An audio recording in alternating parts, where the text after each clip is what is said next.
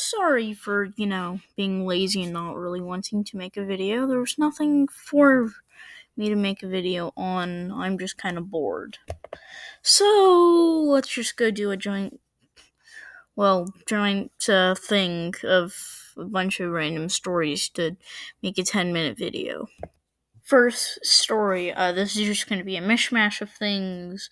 First story involves YouTube.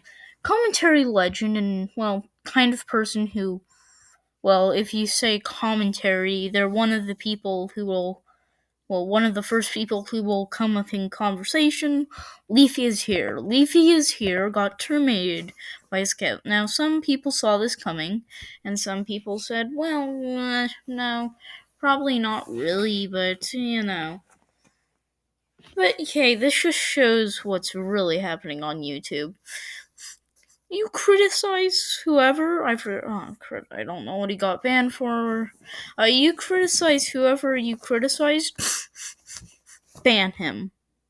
So, there's multiple reasons. One of them possibly being people have considered him like a cyberbully or something. And I just tend to not really like that term. Cyberbully. I mean, the internet used to be the Wild West. And then cancel culture started controlling everything. Except a couple people didn't really like it, and they ran their own little sideshow. But eventually, the cancel culture caught up to them, and they were canceled. Now some escaped, but others are not as fortunate. But here's the stupider part. Imagine getting terminated when guess what? There were no rules about these things. Or imagine getting terminated for breaking a rule when you made the post, the rule didn't exist. So that's like saying, so, did you know you're no longer allowed to do something, like that, right? So the rules are you're not allowed to press the E key, the R key, the T key, or the U key. So you press the Y key, right? Well, then the next day they say, well, now you can't press the Y key. Oh, you pressed the Y key earlier. Ooh, gone. Yeah, that's basically the stupidity of this. Stupidity. Oh, you can't speak. But hey, let's just take on YouTube's thing. Well, he violated our terms of service, so we can ban him. Also, I'm a private company. Yes, well, that could be considered illegal, or it could also be not. It's your choice. You could say it's silencing free speech, which in reality it kind of is. But you could also say, well, they have a terms of service that you have to agree to when you start a YouTube channel. So yeah, you could argue it either way, but both ways are wrong for one reason. The first reason is technically, yes, he did violate the terms of service, but the second reason is, it happened too long ago and the rules changed for it to be legitimate. You can't say, well, here's some rules, and then 4 years later say, here's new rules. Oh, you broke those rules 4 years ago when it was acceptable to do the things you did. Guilty as charged. I do not. Oh, wait, shoot. I also have another, flaw with, anybody who, celebrates the deplatforming of someone. Why would you ever want to do that? Even if they spread terrorism or mass murder, or they threaten someone, that's not your job to deal with. That is the police's. Understand? Or it's the FBI or Department of Homeland Security and a terrorist threat, or the threat of mass murder. But here's another hypocritical thing. So let's see. Shane Dawson never got it. Jeffree Star never got it. What's his name? Oh god. The Hey Sisters guy. I forgot his name. Yeah, I don't really pay attention to the fashion community because it sucks. But I'm also probably not their target demographic. Criticizing them for all being sexual predators and things like that.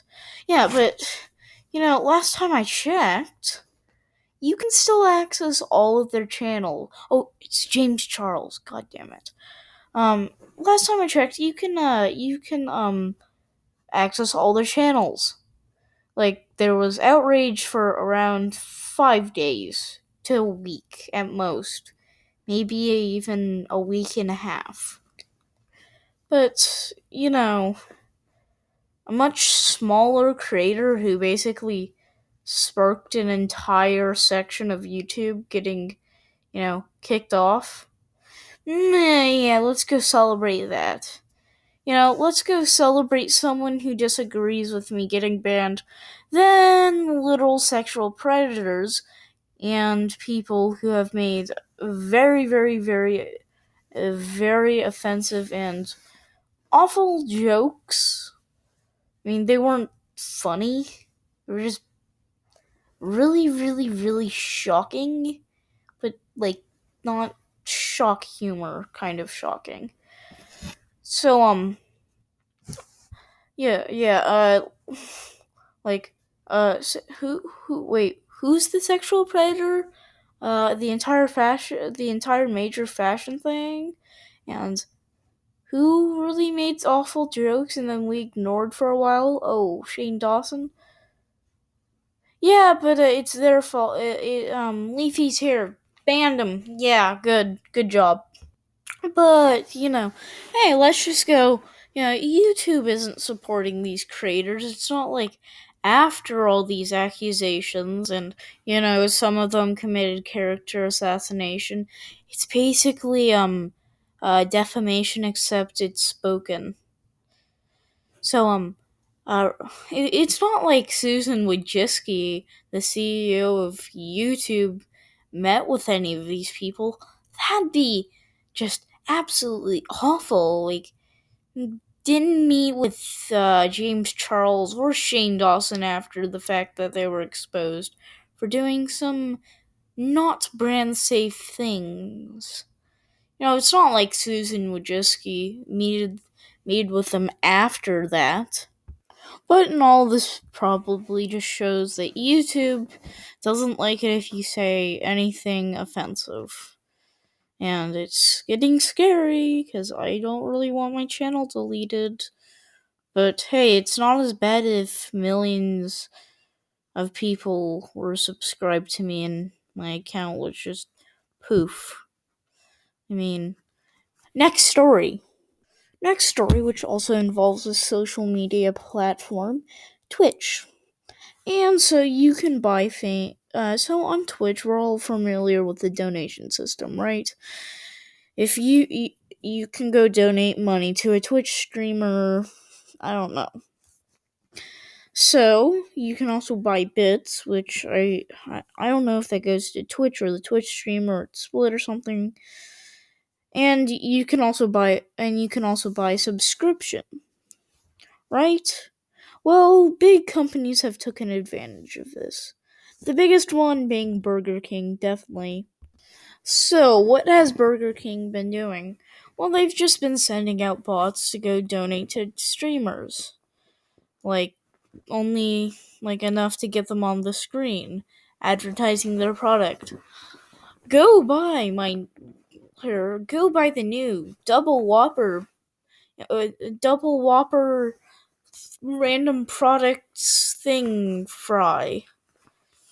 So, yeah, so basically they're doing that, and then they're saying, go buy my newest Whopper burger. So this has made a couple Twitch streamers mad, but I'm like, what? Why are you mad that products getting plugged on your live chat? I mean, just take the money and shut up. So I found a video clip of this, aka just looked on the internet and googled Burger King Twitch streamer and I found a clip and I'm going to be doing my best to narrate it. So I also found a trailer, so it's like random Twitch streamer. I just got a effing uh donation and then the ad agency says yes, it was a Burger King ad. Then it's like, so I'm so confused. And it's like, let us explain. We're plugging our products using Twitch donations. So then they roll another clip. So it's like, I think I've donated $5, so you can get one Whopper, a small fry, and a small drink for $5. He says, listen, are you gonna sponsor me or not? Then the ad agency says, we just donated you $5. Which, yeah, big companies don't always have to go sponsor you. Didn't know if you knew that. So, as you saw from my narration, Twitch streamers like it, Twitch streamers don't like it. It doesn't matter if you like it or not, it's just an ingenious way to advertise. So here's how influencer advertising works. So you can control what influencer you sponsor for a video, right? So let's say you're watching educational make educational, right? So you're assuming that most of your viewers are needs to be educated on this. So you sponsor that channel and give it for for math or something like that. Or free tutoring or something like that, right? Well, that can be extremely expensive, especially as the number of subscribers and views goes up. But you only need around, well, $5 to $10 to get possibly 80,000 people to think about Burger King. So yeah, it's a very smart way of advertising. And the lower you put the price, the for it to be read out, the better for the company, of course. But you're like, oh, why are streamers so mad? Ooh, here's the problem with that. So, if you were to get a big sponsorship with, say, Pokemon, that'd probably cost five digits. But you can get it read for, I don't know, $5, and it will probably accomplish the same thing. So, if not more. So you can understand why creators are mad. 5,000 or yeah, $50,000 to 5. I mean, that's a pretty big change. But, Burger King's a company and it wants the least amount of money. So let's just say hypothetically, you put $100,000 in, which is low, which is underestimating it because with personal experience, they usually put in 10 million to 100 million. 100 million for more richer companies and for like a giant ad campaign on almost everything and sponsorships and everything. So let's say you put down 100,000, $100,000. So you have around two options. Sponsor two or more streamers for $50,000. $50,000 or less, right? Or you just put up a bunch of bots who all donate $5, $5 or $10 to a bunch of accounts very quickly. Oh no, you've just gained yourself possibly 10,000 customers. out of $100,000. And people tend not to just go buy like one thing. They'll buy like a meal for themselves, or they'll buy a meal for their family or something like that. So they'll probably make a net profit of around $20,000. Now you're like, oh, well, that's not that much. Then again, they made $120,000 and possibly reliable customers. So, yeah. Um, yeah, that's why Burger King's doing this. Next story. But hey, I know I said next thing, but I just realized something. They created a giant controversy. Now they're gonna go get more people, probably expanding their profit by double, so a net profit of $40,000 just from people talking about it. Yeah, that's a lot of money. And another kind of entertainment. It's an entertainment platform. Who's it gonna be? Who's it gonna be? Oh, it's Netflix. Wah wah wah wah. So, what did Netflix do? Well, they did some bad things. In other words, let's go and do a quiz. The answer may not be on this. Did they say racism, sexism, homophobia, or Orange Man bad? So you're probably like, well, okay, it's none of them. It's just Netflix producing interesting content to say the least. So cuties, what is it? Let me go, let's go read the description. Coming September 9th, Amy, an 11-year-old, becomes fascinated with a group of twerking dance crew. Hopping them to join, she starts to explore her femininity, defying her family's traditions.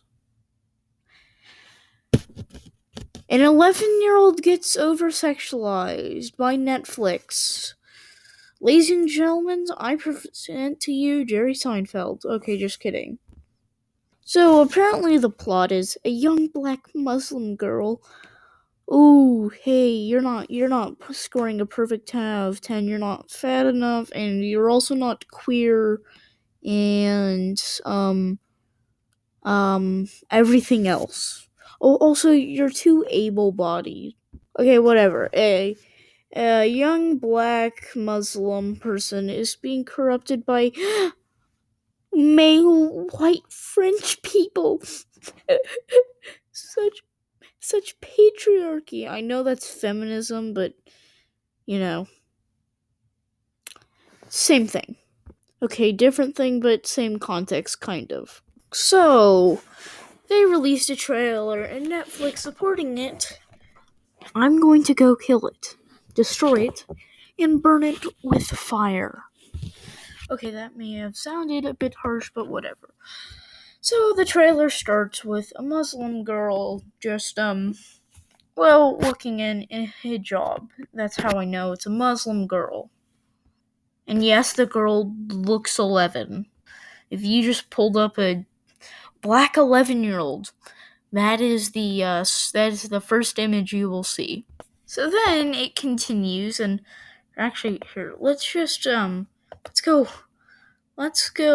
here, let me go do some live commentary as I slow it down because it speeds up really quick. So it starts with a white girl, who's wearing stereotypical middle schooler clothes. The really inappropriate clothes that I sound like a boomer now for saying. But those type of clothes where, like, you probably shouldn't be wearing that. So it starts with her then twerking and then ironing her hair. No, that is not a joke. That is not a joke. She irons her hair. I'm looking at the frame right now. I'm just doing it at half speed. Then it shows a picture of the white girl going, and it scares the black Muslim. That is the scene in its entirety. So then it shows another quick scene. And here, let's go do my thing. Okay, ready, begin. So the scene is obvious, bad thing. So it then says 88.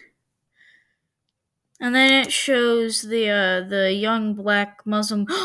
She doesn't have a hijab on. I hope you like not having a head. Yeah, that actually wasn't a joke. That exists. I know. Wait, what? Oh no. Oh no. Oh no. Me being perfect in knowing everything, I looked at the wall and then noticed there was a Buddhist symbol. So what are you, Muslim or Buddhist? But anyways, the scene shows the Muslim, Buddhist, whatever religion you are, ironing her hair with a with an iron, and then burning some hair off. Then she says, "What is that?" It's a bunch of white girls, looking like they're some stripper or something. Like, no, legitimately. Here. I don't want to encourage this, but picture a stereotypical stripper in your mind, and you can probably find someone who's in the same clothes as that. I'm serious. That's how bad this is. And it continues. So it shows a bunch of white girls, just standing still, right? Yeah, not just standing still, as people walk by, like white girls standing still as people in the forefront walk past them. It's very confusing. So far I don't have anything against it except it's probably like, oh, you criticize my movie, you white male. But as long as it doesn't do that, so far I'm fine with it. And the sluts. Oh, I can't shoot. They're underage. Shoot. Uh, I mean sleuths that the girls are being. I could also say strippers, but the strippers that the girls are being. Only two issues, but the girls only look like 12 or 13. Not really appropriate, but hey, nah, who cares? You're all going to be high in weed, anyways. Okay, that was an offensive stereotype, but hey, I can make it. So that shows the Muslim girls sneaking out and climbing over a fence to watch the dancers from above. What? I'm confused. I'm now getting things like she's the protagonist and antagonist. She's the person who's in the wrong, but we're following her. So it's kind of going to be like Suicide Squad, but I hope better. Please, anything better than Suicide Squad. Then says, we're going to a dance tournament. Nobody cares. Nobody cares. No, seriously, nobody cares. So we can do this. So we've established who our main character is, right? Then we've established their enemy by, showing the group of strippers, and then, showing that she's spying on them, and then showing that she is trying to go dance.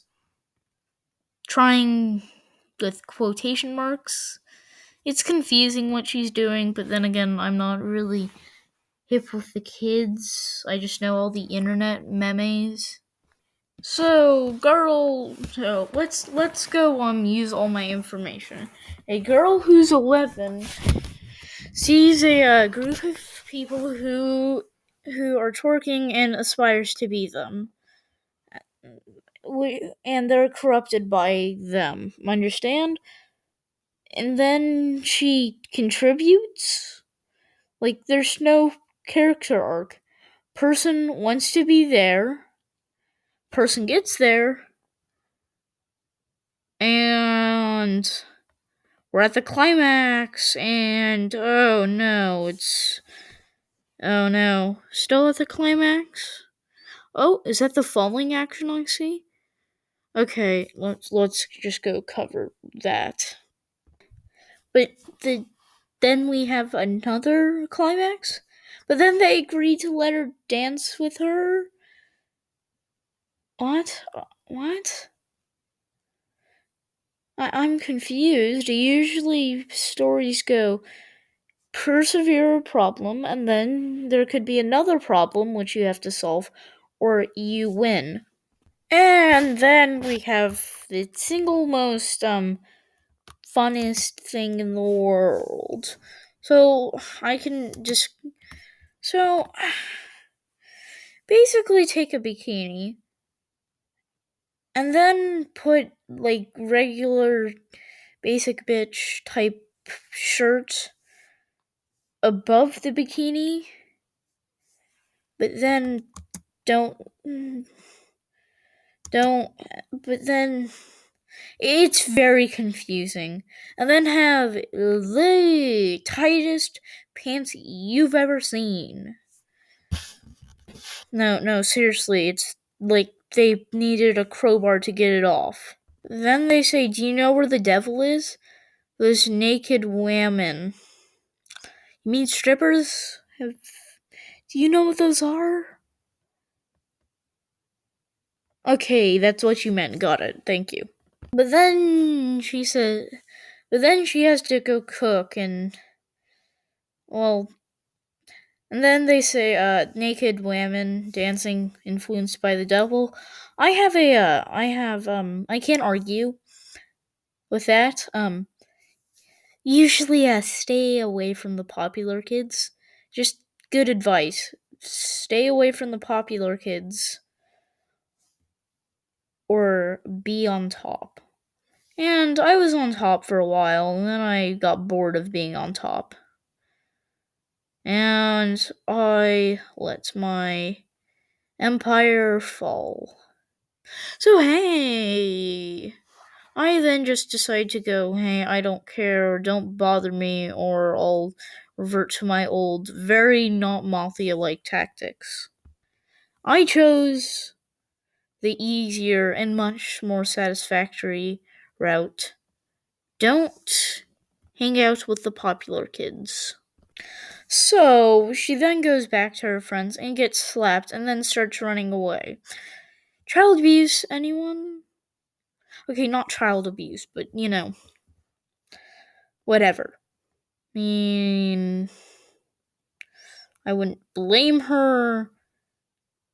She, basically, imagine if feminism was mixed with pro Islam no matter what. Oh, yeah, also, she starts stealing when she's 11. She runs away, neglects her family, uh, gets married, or it's confusing from the trailer, but some sort of marriage is going on, and she is wearing a very, very, very large dress. So I'm assuming she's getting married off at 11, and also is forced to cook, and is not in the most good of environments for food safety and literally everything else. And then it cuts to a scene where uh she's hanging out with 14-year-olds that look like 17-year-olds or something like that. Then she goes on stage with basically a bikini on and knee pads. She's 11, by the way. Just keep this in mind. She's 11. Then she slams a table. That's probably because of anger issues. And she cries on stage. Then it shows the title, Cuties. Only on Netflix, September 9th. Subscribe. Okay. Ranting time. Oh wow, this video is almost 30 minutes.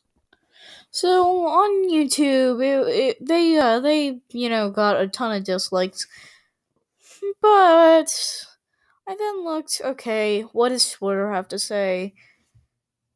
They got their ass kicked. I mean, they seriously did. I mean, like imagine if actually you don't need to imagine, because that's what happened. You're like, what happened? And I'm like, the worst thing you can imagine. Okay, so first Netflix tweets this. We are deeply sorry for the inappropriate artwork, God, that we used for my, wait, Megan, wait, what? Megan, no, oh, Cuties. Oh, it was a name. Oops, I'm bad at pronouncing name. Oh, it's in a different language. It was not okay, capitalized, nor was it representative of this French film, which won an award at an award at Sundance. We have now updated the pictures and description. Like, what they update it to? What did they update it to? That's a good question. Continue waiting. But you're like, oh, they won an award? Well, the film... No, I don't care what you think. The pedos at Sundance don't care. You're like, oh, well, what evidence do you have that? Sundance co-founder Sterling von Wagner sentenced for child sex and abuse. What evidence do I have? I think I almost have none. So someone asked Netflix, who approves a movie that sexualizes children? Let's go read their conversation. So the first thing, how does a movie sexualizing children get approved? Who signed off on this? Netflix. We understood that not all stories may appeal to all viewers, which is why we're always trying to invest into a diverse range of content all over the world. We also want to provide ratings, synopsis, trailers, and controls to help members help members decide the right viewing choices for themselves and families. Do you own a supports pedophile? It's as simple as a yes or no will suffice. We cannot comment on that, but while we believe in creative freedom, Netflix will respect all religions, cultures, traditions, and values.